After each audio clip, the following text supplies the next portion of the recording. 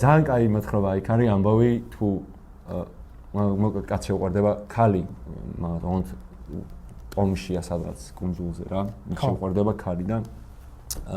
დაქორწინდება ამ ქალზე მე მოიტაცებენ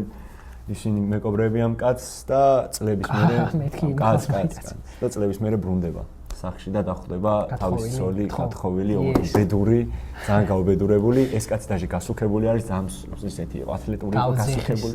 აი ხო ოღონდ მაინც ვერ იტყვი მაგაცე გავწიხის სიტყვა გავწიხის რა ძალიან გაუბედურებულია და